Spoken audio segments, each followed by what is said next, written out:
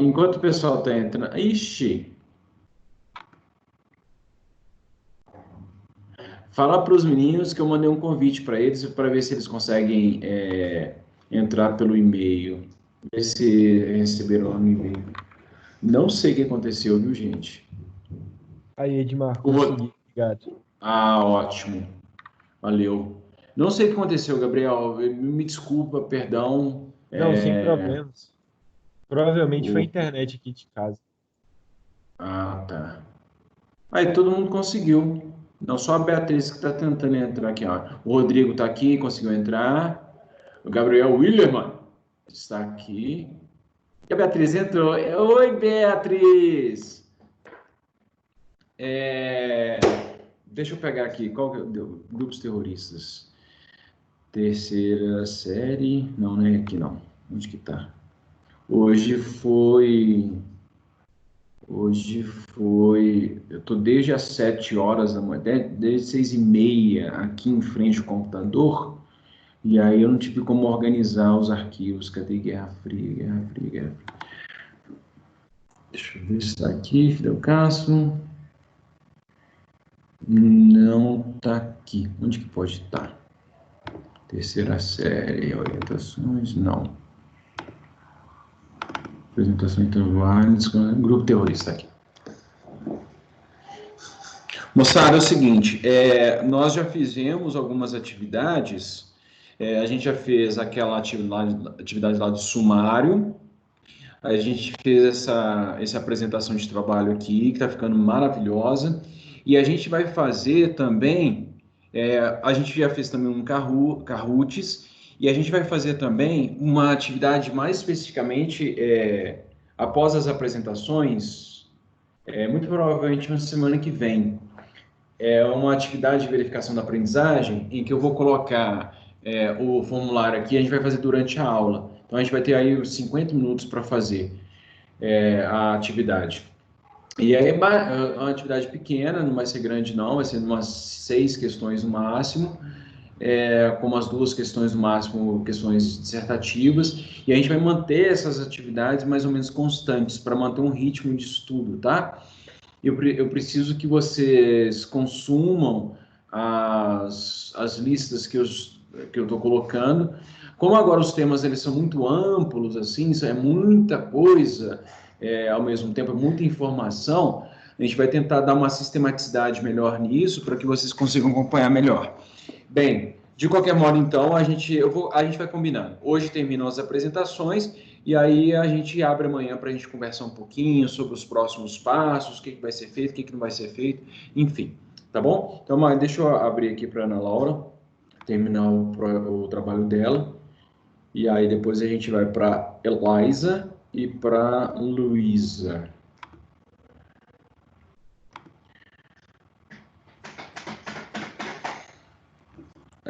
Estava no último grupo, né? Que é isso aqui. Não, já foi. Esse aqui já foi. Boko Haram já foi. Estado Islâmico. Isso. Então, eu vou tentar fazer bem rápido, tá, Edmar? Para dar tempo. Tá. Bom, o Estado Islâmico é um grupo, ele controla regiões do Iraque e da Síria. Ele é um califado. Eles atuam com base nas interpretações radicais do Corão. O grupo ele foi criado em 2014 e espalha muito medo e terror nas regiões controladas e em todo o mundo, pois eles realizam ataques em diversos países, como a França. Pode passar. Então, o grupo surgiu com a instabilidade no Iraque, com a guerra que estava tendo lá, que os Estados Unidos até participou, e aí o país ele passava por um difícil momento, então foi meio que o momento deles introduzirem na guerra e tudo. Com a guerra, vários militares assim, surgiram se opondo à guerra. Então, o Estado Islâmico originou a partir de um desses grupos, que era comandado por Abu... Esse nome aí é esquisito. que fundou seu grupo em 1999 e alcançou notoriedade nos estádios bem iniciais da insurgência iraquiana por conta de ataques suicidas contra as mesquitas islâmicas, xiitas, instituições do governo e contra os Estados Unidos, né, que é o maior oponente deles. Com a Primavera Árabe, o grupo ele viu a oportunidade de falar na Síria também, que lá também passava por um difícil momento de guerras e tudo mais. Pode passar. Bom, o objetivo inicial do Estado Islâmico era estabelecer o califado no Iraque para pregar a interpretação radical do Corão. Eles impunham a lei Sharia, que é uma lei islâmica, né, que todos os outros grupos também impõem a mesma lei, e todos são muito radicais, como a gente já pode ver. Aí pode passar. Bom, essa é a bandeira do Estado Islâmico. Sim, eles têm uma bandeira. Uma coisa de doido. Com frase do Corão. Sim. É uma passagem do Corão que eles colocam aqui, né? Bom, vamos lá. O grupo, ele impõe que todos sigam o Corão lá nas terras onde eles ocupam, conforme as interpretações deles mesmos, que são as interpretações muito radicais, né? E, além disso, eles perseguem todas as minorias, como os cristãos, curdos, homossexuais e mulheres também eles perseguem. O Estado Islâmico começou com atentados de decapitação e depois passou para ataques de homens-bombas. O grupo possui bastante dinheiro, pois vendem barris de petróleo e recebem doações do mundo inteiro, gente. É uma coisa muito doida pensar que o povo manda dinheiro para um grupo desse fazer, tipo, mal, né? Eles possuem 50 mil integrantes e já faturaram mais de 2 bilhões de dólares. O que acontece, Ana, é o seguinte, a Síria, tanto a Síria, o governo que está lá, a família Al-Assad, eles pertencem a um grupo que é considerado por muitos como um grupo islâmico, né? Como um grupo que eles não seguem corretamente o Islã. É como se fosse uma seita dentro do islamismo. Então, a seita da família Al-Assad é uma família não é bem aceita. Bem, aí por causa disso, também por causa disso, e também no Iraque, o fato de que havia uma minoria xiita no Iraque, o Estado Islâmico ele é sunita. E o maior país sunita do mundo é a Arábia Saudita. Então, a Arábia Saudita financiou o Estado Islâmico e os Estados Unidos também mandaram dinheiro e armamento para alguns grupos rebeldes, dentre eles o Estado Islâmico, para tentar derrubar o Bashar al-Assad. E no final das contas, então, o Estado Islâmico se enriqueceu, ele se desenvolveu com o financiamento de países que estavam interessados em derrubar o regime na Síria e também lá no Iraque. Então, a gente viu várias demonstrações que no finalzinho da Guerra Fria e mundo pós-Guerra Fria, os Estados Unidos, na intenção de derrubar determinados grupos que não eram favoráveis à sua política externa, acabam depois, no final das contas, desembocando na formação de grupos piores daquele que eles estavam antes. Isso aconteceu no Afeganistão, isso aconteceu no Iraque, está acontecendo na Síria e alguns outros lugares, por exemplo, lá no Egito, que o negócio não se resolve, no Iêmen, que a situação está muito complicada lá no Iêmen. Então, o Oriente Médio, eu já disse isso na última aula, é o seguinte, o Oriente Médio, os conflitos que estão lá são milenários, são centenários, quiçá milenares. Mas para a gente resolver aquele negócio lá, não adianta a gente querer impor padrões de organização política, econômica, social, religiosa, de tradição ao Oriente Médio. O Oriente Médio ele tem a sua idiosincrasia. O Oriente Médio tem a sua própria formação e é preciso respeitar minimamente essa constituição muito peculiar deles para que eles consigam resolver. Só eles terão condições. Claro que o Ocidente ele pode mediar, ele pode contribuir, mas impor um padrão de sociedade ao Oriente Médio não vai dar certo, absolutamente, porque eles funcionam uma outra lógica de compreensão do mundo. Claro que tem muito absurdo que acontece lá, mas tal como acontece muito absurdo lá, acontece também aqui. Então é preciso ter uma atitude muito mais proativa em relação às situações do Oriente Médio do que tentar impor alguma coisa, achar que a gente é muito certo e aí eles têm que engolir isso. Passei. Ai, pronto, deu. Bom, o Estado Islâmico sofreu diversas derrotas militares, então ele acabou perdendo a força, mas isso não abalou o grupo, pois ele continua sendo o maior grupo terrorista do mundo, assim, e realiza alguns ataques até hoje em dia. Outro dia, no Brasil, foi preso um cara, eu acho que foi no Sul, que apoiava o Estado Islâmico e estava preparando alguns atentados. Então, ele estava conversando, então, ele estava tendo contato com alguns integrantes do grupo, então a Polícia Federal foi e prendeu ele. Bom, pode passar. Eu acho que é isso. Acabou. Acabou. Eu fiquei com muito medo, Edmar. Eu tava pensando em cada coisa nesse trabalho, né? Eu fui morrendo de medo. Olha só, quem que Pode falar. Não, é porque aparecia cada coisa pra mim lá, tipo, eu pesquisando sobre tudo. Eu fiquei com medo do FBI bater aqui na minha casa. Tá, porque não, o FBI, na verdade, o FBI, a Interpol, ela só interfere ou intercepta se você tenha trocas de mensagens. Aí a pesquisa não tem problema não.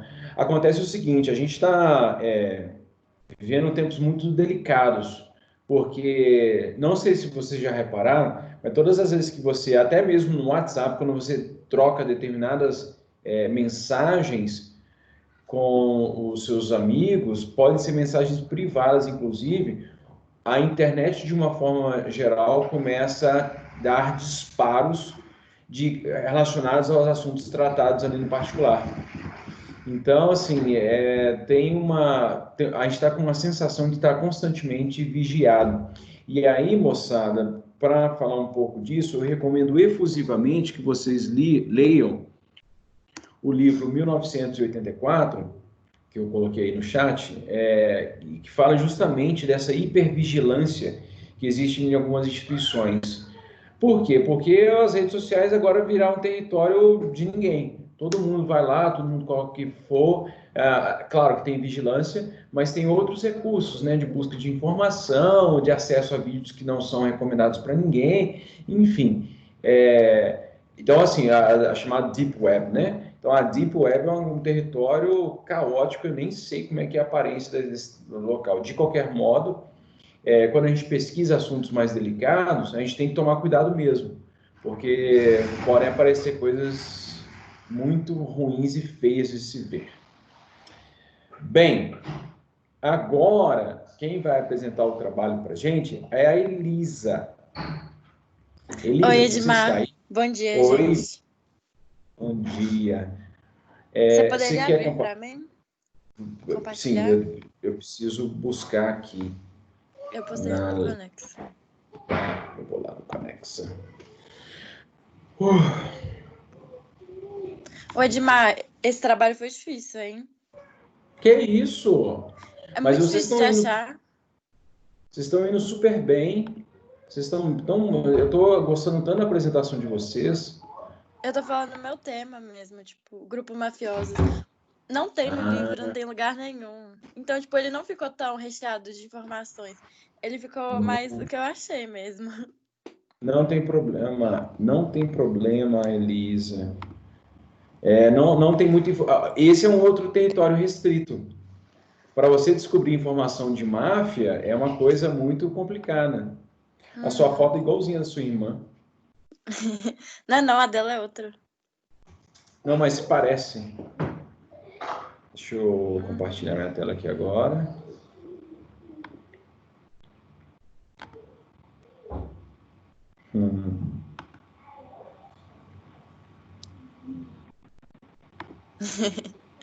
Apareceu? Sim.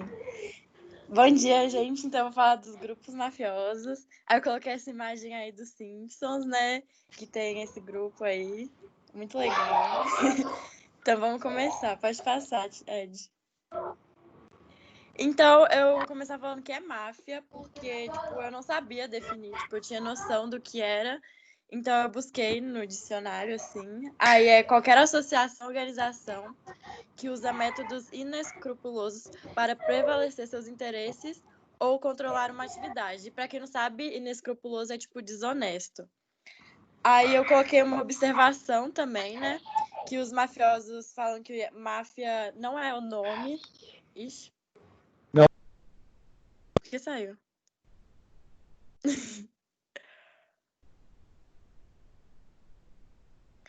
Que máfia não é o nome, tipo, na verdade é coisa nossa. E pode ser assunto nosso ou nosso assunto. E é isso. Não é muita coisa. Pode passar, Ed. Então, onde que elas surgiram? Então, elas nasceram na Itália medieval, onde os senhores feudais tomavam posse das terras dos camponeses. E então os camponeses ficaram tipo muito indignados que as terras deles estavam sendo levadas. E aí teve um fight camponeses versus senhores feudais. E muitas pessoas começaram a se aliar aos camponeses em busca de proteção e expansão de negócios. E aí surgiu a máfia, que era tipo assim, pagar por proteção, entendeu? Os mafiosos, eles protegeriam as pessoas e quem não pagasse iria ter sua fazenda devastada, seu gado vandalizado e tal. Então foi aí que surgiu. Pode passar. Então, aí eu vou falar das máfias italianas. Ela surgiu na Itália, né, a máfia, e lá é onde tem mais máfia, e elas se destacam bastante, né, que é o que a gente mais conhece, são as máfias italianas, que a gente mais escuta falar. E as mais famosas são a Cosa Nostra e a Camarra. Então, primeiro eu vou falar na época do fascismo. As máfias foram muito perseguidas e muitas pessoas, muitos mafiosos acabaram indo para os Estados Unidos e aí surgiu a máfia lá e tal. E com o fim do fascismo, as máfias só voltam a ficar fortes com a rendição da Itália na Segunda Guerra. Então, na Segunda Guerra, os Estados Unidos vão usar as conexões com as máfias na invasão da Itália. Então, tipo assim, não tem muito o que falar, Edmar. Que eu não achei no contexto, assim, que você queria. Eu achei mais na época do fascismo mesmo. O que acontece é o seguinte, tem uma estimativa, tem um cara que analisou a Camarra, ele se chama, esqueci o nome dele, não vou lembrar, mas ele fala uma coisa bem interessante que é o seguinte, se você retirar todo o dinheiro da máfia da economia, a economia quebra. Porque a máfia, ela atua de forma paralela, mas o dinheiro paralelo, ele é lavado constantemente em atividades lícitas. Então, ele acaba se aproveitando de brechas do sistema para se alimentar. E o que foi os Estados Unidos? Os Estados Unidos tem máfia também. Tem máfia italiana, tem máfia irlandesa, tem máfia chinesa dentro dos Estados Unidos. E aí eles utilizaram essas conexões para conseguir vencer os italianos. Mas essa aqui já acabou? Não. Não, é isso. É isso. Agora a máfia russa. Então, mas elas começaram com os czares e os ricos eram roubados para alimentar os pobres, tipo Robin Hood, assim. E aí nasceu a máfia vermelha na União Soviética. E o serviço secreto infiltrava nessa máfia para acabar com as sabotagens, né, que a máfia praticava, né? Que a máfia, sim, né? Se você mexe com ela, tá ferrado. Então, a máfia da União Soviética vai se tornar Piramida depois, o nome dela.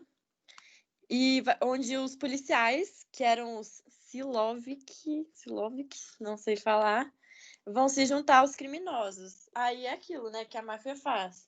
Eles vão meio que obrigar a população a pagar pela proteção deles. Então, tipo, quem não pagava tava ferrado, né? Porque os policiais já estavam no meio. Mas é isso que teve na máfia da Rússia. Não é bastante coisa. Tem algum comentário, Ed? Tá bom. E, por último, tem as milícias do Rio de Janeiro.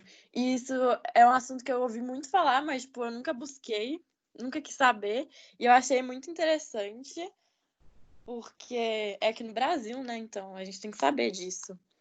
Então elas ocorrem lá nas periferias, nos bairros mais pobres do Rio de Janeiro.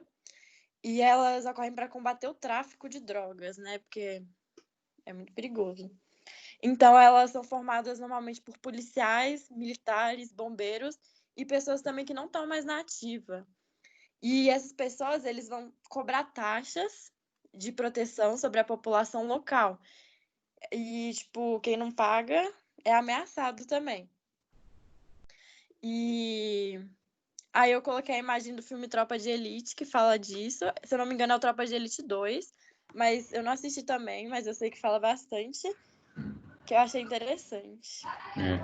Na verdade, o que acontece? Inicialmente, esses grupos de milícia, eles queriam ser tipo uma espécie de Robin Hood no Rio de Janeiro. Então, eles combatiam as organizações criminosas para levar desenvolvimento social para as favelas. Acontece que eles perceberam que essas atividades ilícitas feitas nas favelas geravam muita grana. Então, esses grupos milicianos acabaram, então, assumindo essas atividades. Dentre elas, o tráfico de drogas também. Então, os grupos milicianos hoje também traficam droga. Sério? Sério, Essa eu não sério. sabia, nossa.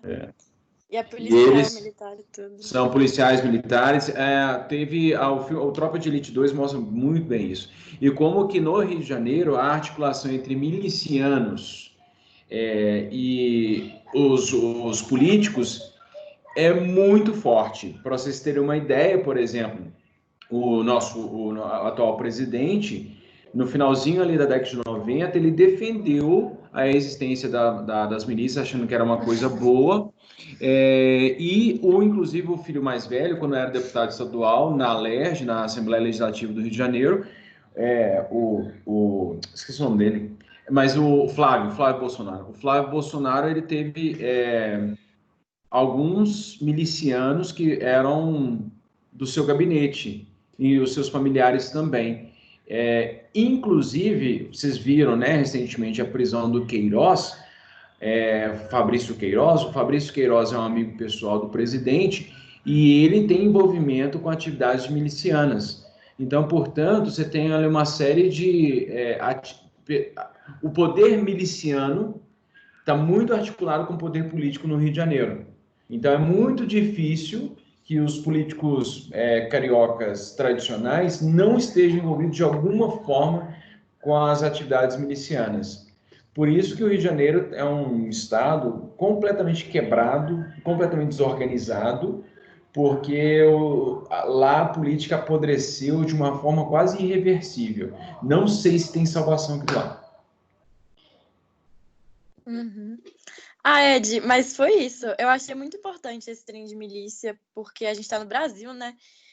Então. E eu também, tipo assim, eu achava que máfia era uma coisa mó legal e tudo, mas eles são idiotas, né? Porque eles ameaçam os pobres pra proteger eles. Sei lá, eu acho uma sacanagem isso. Mas eu achei muito interessante saber disso. A máfia é glamorizada nos filmes, por exemplo. Tem um monte de gente que adora assistir filme de máfia e tal. Mas a máfia é um grupo criminoso, efetivamente. Sim, pois é. Mas é isso, não tinha muito o que Então falar, tá. mas eu achei muito importante saber. Obrigada. Então, acabou por nada. Então, isso aqui acabou. Deixa eu deixar aqui. Agora nós temos a Luísa, que vai falar sobre o Muro de Berlim. Você quer que eu compartilhe, Luísa, para você? Ah, eu vou querer. Então tá, deixa eu baixar aqui. Deixa eu ver onde está a Luísa. Está aqui, ó. Muro de Ô, Edmário, tem Berlim. mania de falar muito rápido, qualquer coisa você chama a minha atenção, tá? Tá, beleza.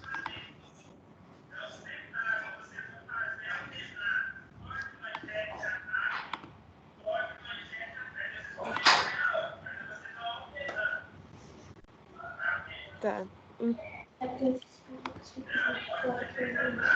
Então, gente, eu vou falar do Muro de Berlim, da história toda por trás. Pode passar. Então, teve a Segunda Guerra Mundial, né?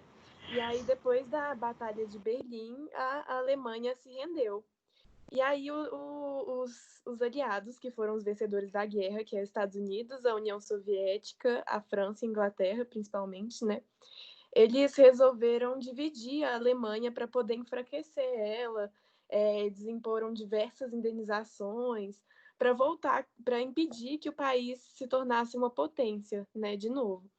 Então, aí, diante da polarização do mundo, né, depois da guerra, o país foi dividido em zonas.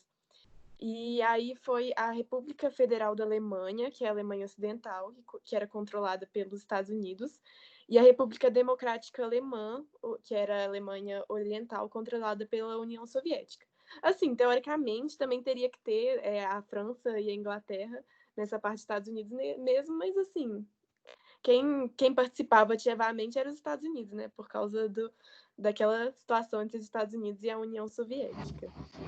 Exatamente, Luiz. Essa que é a questão. Porque, na verdade, teoricamente, a parte capitalista ficou dividida para a França, Grã-Bretanha e Estados Unidos. Mas os Estados Unidos assumiram o protagonismo por quê? Porque França e Grã-Bretanha estavam destruídas também. Então, acabou que os Estados Unidos assumiram o protagonismo. Aí, Pode passar? por favor. Aí aqui eu coloquei a imagem, o que era para acontecer, né? E o que aconteceu de fato, né? Que aqui dá para ver a divisão. E aí, aqui, a parte da Rússia e a parte dos Estados Unidos. Pronto. Agora eu vou falar sobre a diferença entre os dois lados, a oriental e o ocidental. Primeiro eu vou começar a falar sobre a parte oriental.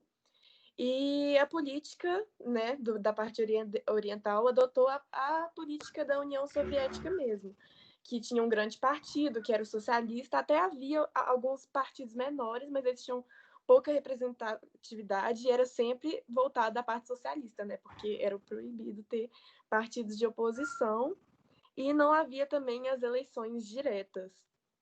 Inclusive, eles criaram um órgão de repressão política que era conhecido como Stasi. Eu não sei como é que pronuncia isso, mas aí eu vou chamar de Stasi mesmo. Então, ele era um órgão responsável por vigiar os cidadãos que tivessem ideias contrárias ao socialismo. E aí tem várias coisas em relação a isso, que é, por exemplo, escutar rock, como o Rodrigo já falou, né, que foi mais do lado do capitalismo, usar roupas ocidentais, questionar a autoridade, tudo era visto, né, tudo isso era observado pela Stasi, e ela também fazia várias prisões arbitrárias, interrogatórios, tortura, usava essas medidas de repressão. A economia, ela também era como a União Soviética, então ela foi planificada e tinha os planos quinquenais para poder organizar como que ia ser o país, né? E sempre a economia também sempre dava preferência para a indústria bélica, né, de armas, e para a indústria pesada, principalmente por causa daquela parte lá da corrida espacial, né, da competição com os Estados Unidos E o modo de vida, ele foi completamente padronizado, assim, a produção cultural era limitada e, em grande parte, ela era basicamente para poder influenciar o povo, denegrir o mundo capitalista e tal. Era isso. E as pessoas tinham, em geral, era tudo igual, assim. Tinha até um pouquinho, assim, pelo que eu dei uma pesquisada, um pouquinho, que as pessoas que tinham um pouco mais de condição financeira, elas acabavam tendo algumas coisas melhores, mas em geral era tudo mais ou menos padronizado. Eram geralmente funcionários do Estado, que É, aí eram os funcionários públicos, eles tinham. Quer dizer, todo mundo era funcionário público, na verdade, porque era tudo público. Mas a questão é que algumas pessoas, dependendo do cargo, ele tinha uma situação social e econômica um pouco melhor. Posso aham, passar? pode. Aí agora a Alemanha Ocidental, né, controlada principalmente pelos Estados Unidos, né, seguia mais o modelo capitalista mesmo desses outros países. Tinham vários partidos, mas pelo que eu vi, o sistema de direita ele predominou nesse tempo.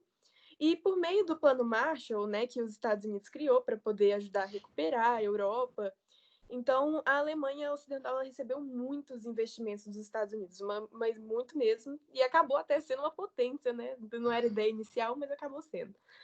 E os cidadãos dessa parte, eles em geral tinham muita qualificação de trabalho e eles tinham maiores liberdades assim, políticas individuais do que comparado com a parte oriental. Aí pode passar, por favor. Aí agora eu vou falar da construção assim mesmo do muro, porque antes foi basicamente os antecedentes. O muro ele não foi construído logo na parte da divisão. O que aconteceu? Entre os anos de 1948 e 1961, cerca de 3 milhões de pessoas eles estavam imigrando para a parte ocidental, porque a maioria não queria ficar nessa parte oriental, com esses sistemas de repressão e tal. Então, muitas dessas pessoas que estavam imigrando eram mão de obra qualificada, né? Deixando com que a parte ocidental ficasse, de certa forma, mais desenvolvida por causa disso. E aí a União Soviética falou, a gente não pode deixar isso acontecer, né? A gente vai ficar sem mão de obra aqui. Então, eles conversaram bastante lá entre eles resolveram criar uma barreira física para poder impedir isso. Só que isso aconteceu de maneira extremamente secreta para que todo mundo não fosse lá fugir enquanto dava tempo, né? Então, de maneira muito sigilosa mesmo, o muro começou a ser construído na madrugada do dia 13 de abril de 1961. Aí pode passar, Edmar, por favor. Então, agora eu vou falar sobre a constituição física do muro. Eu até repeti através aqui 2 vezes sem querer, acontece. Mas o muro ele foi construído em vários quilômetros mesmo para separar as duas zonas, por meio de uma muralha de cerca de 3 metros de altura. Ela foi construída de concreto, tinha várias torres de segurança e cercas eletrificadas, tudo para impedir a passagem das pessoas. Ela era vigiada 24 horas por dia, com soldados e tal, e eles tinham as instruções para matar qualquer pessoa, para atirar em qualquer pessoa que tentasse atravessar a fronteira. Então, nessa situação, cerca de 140 pessoas morreram tentando passar para o lado ocidental. Aí, pode passar, por favor. Aí, aqui tá o muro, né? A parte dele sendo construído. Pode passar, por favor. E aqui é basicamente o que eu falei: o muro, a cerca elétrica, a torre de observação, tinha barreiras também com aço, era extremamente protegido, assim. Aí, pode passar, por favor. Aí agora eu vou falar o que fez o muro cair, né? Então, o Bloco Socialista estava enfrentando muitos problemas já nessa época, mais ou menos em 1989. Já estava assim caindo mesmo por causa da situação política toda e tal. Então, então já estavam sendo realizados vários protestos. E a situação se agravou mais ainda quando a Hungria determinou a abertura da sua fronteira. Então, assim, vários alemães estavam querendo fugir para lá. E aí, muitos deles pediam uma solicitação assim para viajar, porque aí você tinha que pedir solicitação. Aí, só em julho, mutado aqui sem querer. Só em julho de 1989, 25 mil pessoas pediram solicitação para poder passar férias na Hungria, né? Que na verdade era para fugir.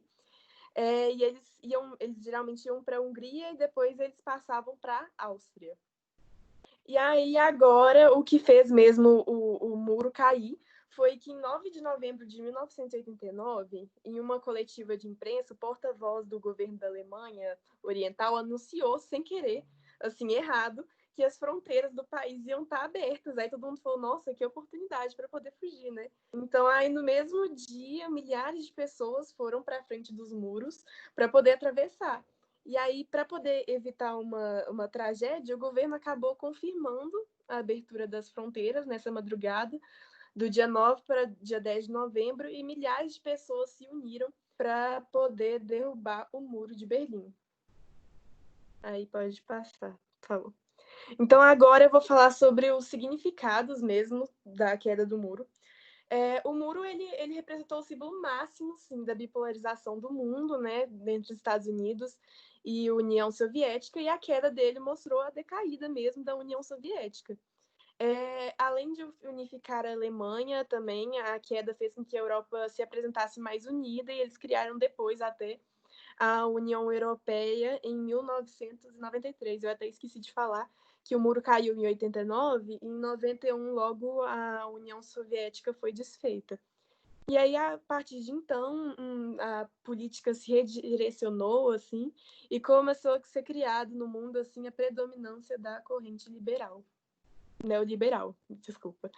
E é isso.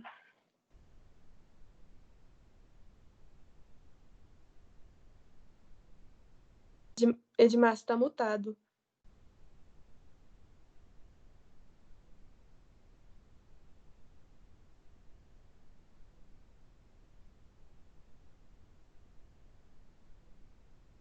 Eu me mutei, na verdade. O neoliberalismo é um resgate, uma retomada do liberalismo no início do século XX. Quais foram os políticos que representaram essa retomada do neoliberalismo, ou do liberalismo, que foi chamado de neoliberalismo? O Ronald Reagan, que era o presidente dos Estados Unidos no início da década de 80, e a Margaret Thatcher, que era a primeira-ministra do governo britânico. Esses dois políticos começaram a implementar uma nova agenda sociopolítica no mundo, da ausência ou da pouca presença do Estado em algumas atividades importantes. Então, que eles começaram a pregoar que o Estado mais eficiente é aquele Estado mínimo, é o Estado que cuida da segurança, setores estratégicos, né? Segurança, saúde, educação, enfim, saneamento, enfim, saneamento também é privado. Mas então que o mercado deveria, portanto, cuidar de outras atividades. Com a queda do Muro de Berlim, com o fim da União Soviética, o liberalismo, então, ele começou a ser bastante propagandeado como a melhor solução para se resolver os problemas econômicos e sociais do mundo. Por um tempo, o liberalismo ele vingou. Aqui no Brasil ele entrou por meio do Collor, por exemplo, depois ele foi retomado pelo Fernando Henrique Cardoso e depois foi freado. Depois do impeachment da Dilma, o Temer ele adotou uma agenda liberal e o presidente atual também tem uma agenda liberal por meio do seu ministro da Fazenda. Bem, vocês estão ouvindo uma flauta, porque meu filho está tocando aqui, tá? Hoje eles estão, dá para virar, né? Geralmente eles ficam quietinhos, hoje eles estão meio agitados.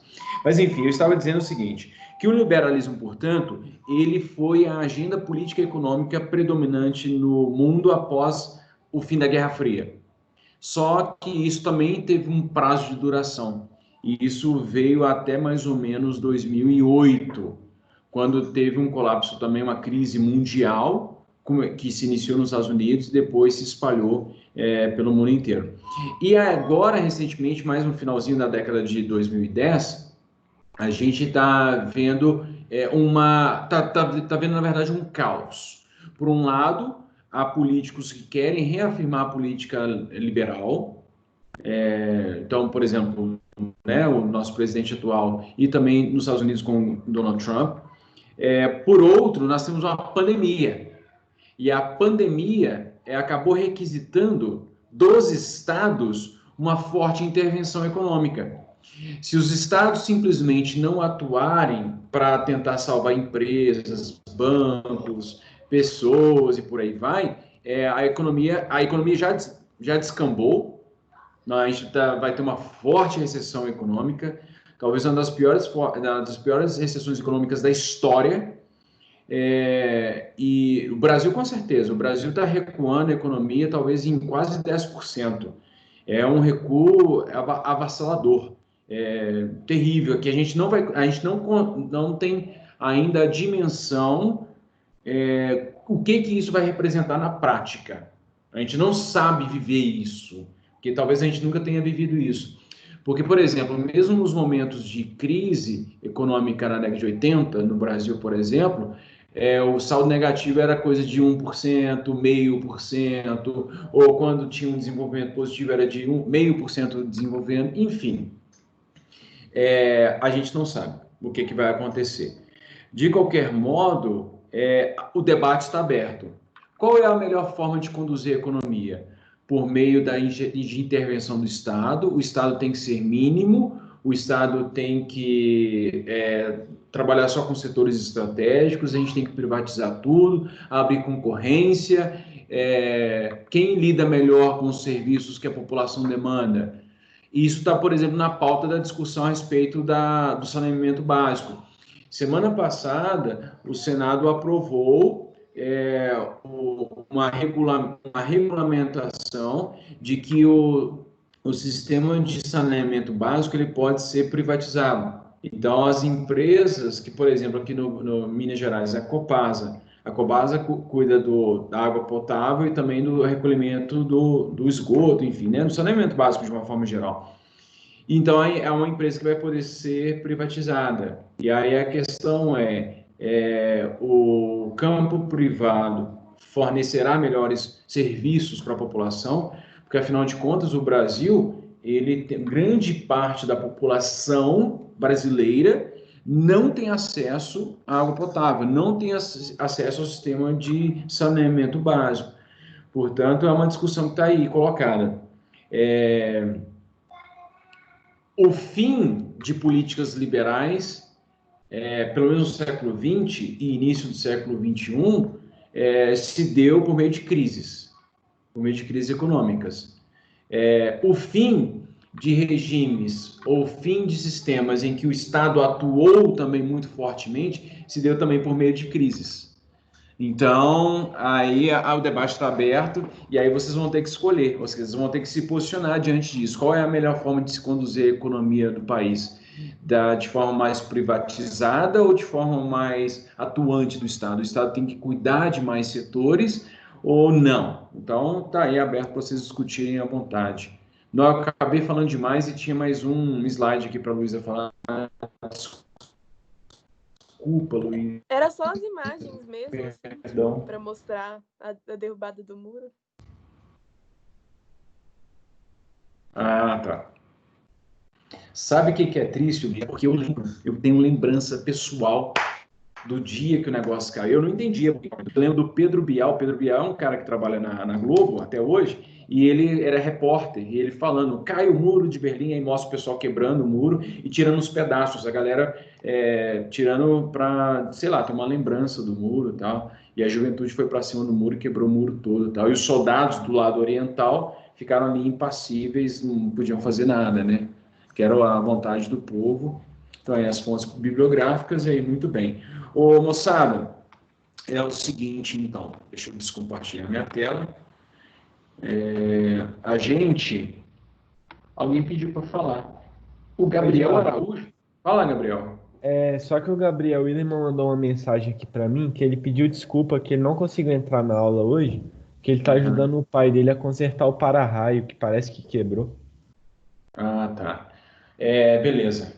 Moçada, então é o seguinte, já que como a gente terminou as apresentações hoje, vou trazer então para a gente dar uma relaxada amanhã. A gente vai fazer durante a aula, aí a gente explica melhor, a gente vai fazer uma atividade durante a aula, uma atividade de boa, assim, E aí eu conto com a participação de todos. E aí semana que vem a gente... amanhã eu explico direito o que a gente vai fazer, tá? Então a gente terminou a apresentação, as apresentações foram muito boas, gostei muito das apresentações. Diga, Rafael. Nada, nós queria mandar um salve. Ah, salve. É nóis. Então aí a gente faz uma atividade para a gente ficar de boa amanhã e aí semana que vem a gente, enfim, a gente combina aí para frente, tá bom? Pessoal, obrigado por vocês estarem aqui, fiquem bem, fiquem saudáveis e é isso. Contem comigo para o que vocês precisarem. Um grande abraço para vocês, gente. Falou, Tchau, Edmar, um tchau. abraço. Valeu, Edmar. Até a Tchau. próxima. Um salve aí. Tchau, gente. Até mais. Tchau. Tchau, Edmar, obrigado. Tchau.